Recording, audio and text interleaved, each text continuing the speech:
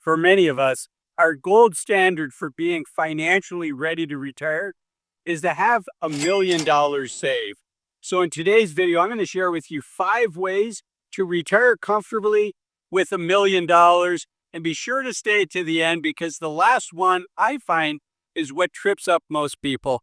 Let's go for a walk on this beautiful beach here in Costa Rica and talk about it.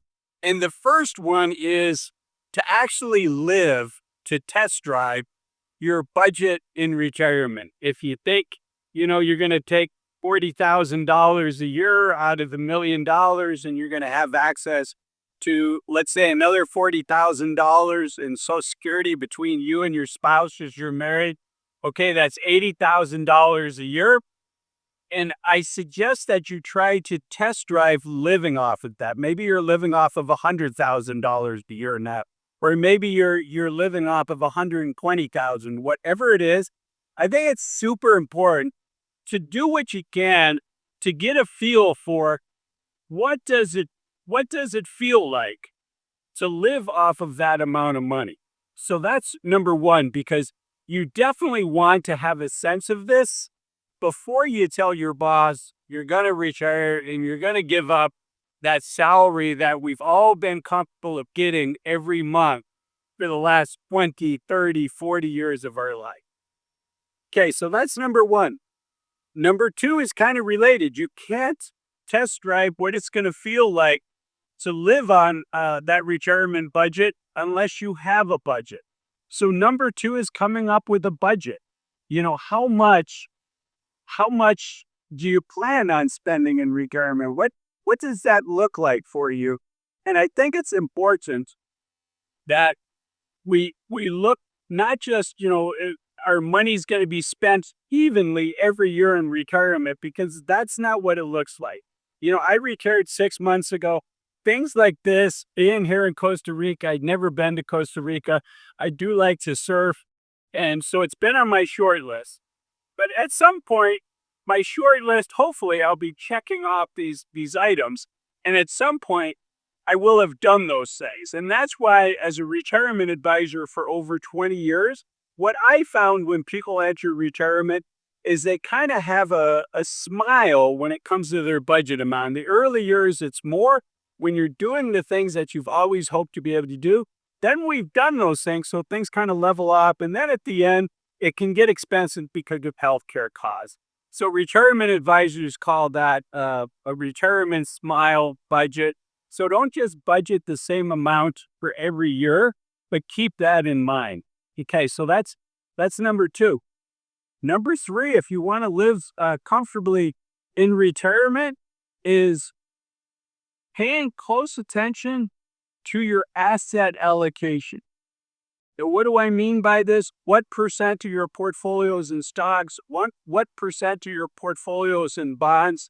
And the reason for that is because about 80%, 90% of our success as investors, and we want our money working hard for us in retirement so we don't have to work hard, right? We've done that for decades, and now we want our money to do that. And so figuring out what your asset allocation should be, and for that, I really recommend working with a professional. You can hire a fiduciary financial advisor to help you with that question. It doesn't have to be crazy expensive, but it will have crazy impact on your financial plan. Okay. The next one is thinking about healthcare costs. If you're retiring before 65, how are you going to bridge the gap until you get qualified for Medicare? Or if you're 65 or older, what is the best Medicare plan for you? And I think, just like it makes sense to work with a professional on your asset allocation, I strongly suggest that you work with a professional to figure out your Medicare options. Both when you first retire, when you first qualify for Medicare, working with a professional to figure out what's the best plan for you, as well as during the open enrollment period after that.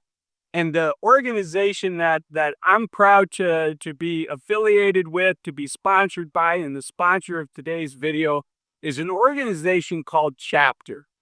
And the reason I wanted to work with Chapter on this is, as a financial advisor, one of the biggest challenges for my clients were figuring out their Medicare options. And I want you to work with a financial advisor that's a fiduciary. And I also think it makes sense to work with a Medicare advisor that's a fiduciary to you as well. And the folks at Chapter have built their organization. They're backed by venture capitalists, they very solidly financially backed, but they've kind of rebuilt the whole Medicare database and the culture of brokers working with you to find the best plan. And Chapter has done everything they can to develop a culture of being a fiduciary to you.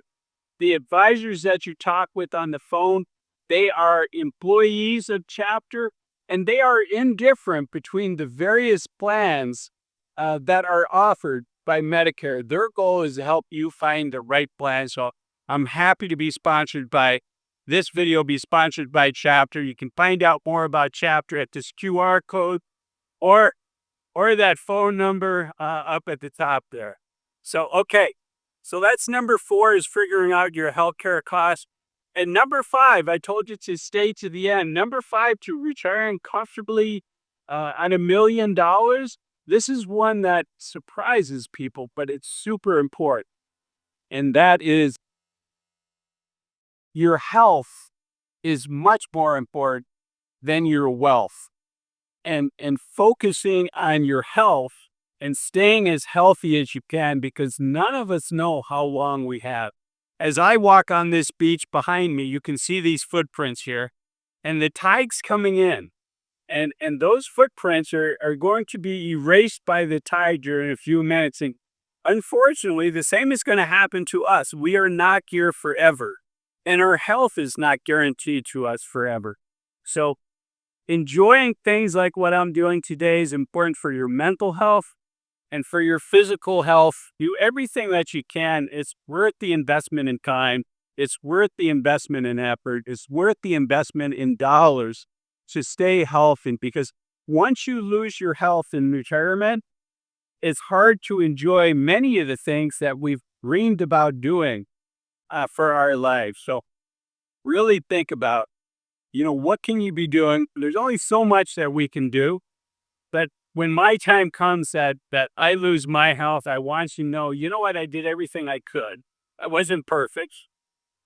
May or may not have had a margarita or two on this beach watching the sunset.